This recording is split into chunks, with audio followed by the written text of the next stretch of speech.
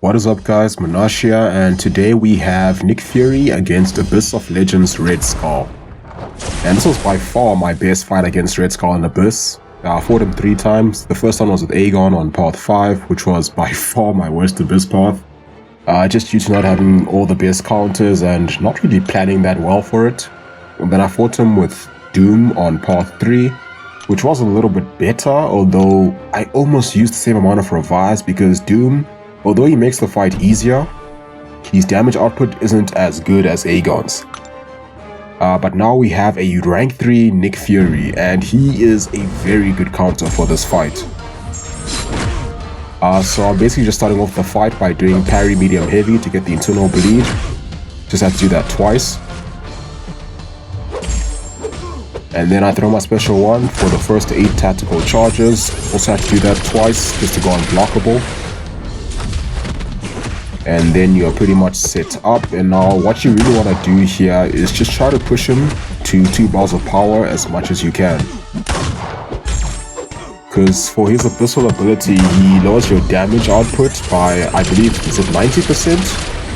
I actually forgot to check. I think it's 90% when he's below 1 bar of power, and then when it's above 1 bar of power but below 2, it's minus 50%, but when he's above 2 bars, you get plus 25%. So you kind of just want to keep him between 2 and 3 bars for as much as you can. And that's why going unblockable really helps for this fight, because then at least you get some nice openings without having to rely on parry. And also, this is one fight where it really helps to know how to evade the special 2. Like, that's probably the most critical part of this fight, you know, because that's what a lot of people do struggle with. So yeah, I wasn't perfect at it when I did this fight. I probably should have done more duels for the practice and all that. But yeah, last part of Abyss, I was just pretty impatient, and yeah, I just went in with it. But yeah, it wasn't that bad. I had 2 fights which ended early. The first 2 fights, where I did about half the amount of damage I would have liked to. But then my next fights were a lot better, and I was able to use all my hits. And when you are able to do that, then Nick Fury can actually, well, as a rank 3, you can do this fight in 2 revives. I think I used 3 though. Let me just check. 1, 2, 3. Yeah, I used 3 revives because my first 2 fights just ended early. But yeah, I still think that would be pretty good, or really good, if I'm using a maxed 5-star to get it down in 3 revives. But yeah, I do prefer Fury for this fight because, you know, with the bleeds and unblockable and the stun on his special 2, it really helps to keep him above 2 bars of power for quite a long time. And the main thing is just to get that light ending bleed when he's above 2 bars of power.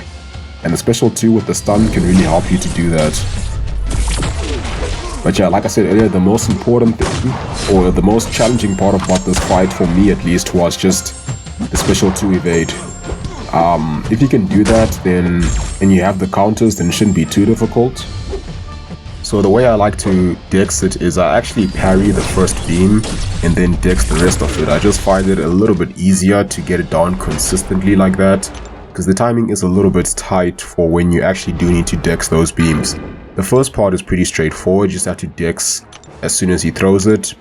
The timing for the beam part, it's almost as if it hits you before it looks like it would hit you. So to fully dex it, you actually need to start your dex soon after the second hit of his special 2. But yeah, it is just one of those things that you need to practice to get the timing right. So yeah, do your duels because those can save you some revives. So yeah, that was the first fight, which ended a little bit early. And this is another fight where I believe Magneto could do pretty well. Since he is metal, you have some pretty good damage output if you can just drop your special 3s when he has 2 bars of power. So it has to be just after he gets 2 bars, so you don't want to push him to a special 3. But yeah, I actually do prefer Nick Fury just because you don't have that problem of trying to manage him between 2 and 3 bars of power. And being completely unblockable just makes it easier. And also, Red Skull does have critical resistance based on how many armor buffs he has. But Nick Fury's damage output mostly comes from the bleed, so he's not too worried about that. But yeah, I think that's going to be it for this one. I hope you guys found it interesting. Thank you for watching. Have a wonderful day, and I'll see you soon.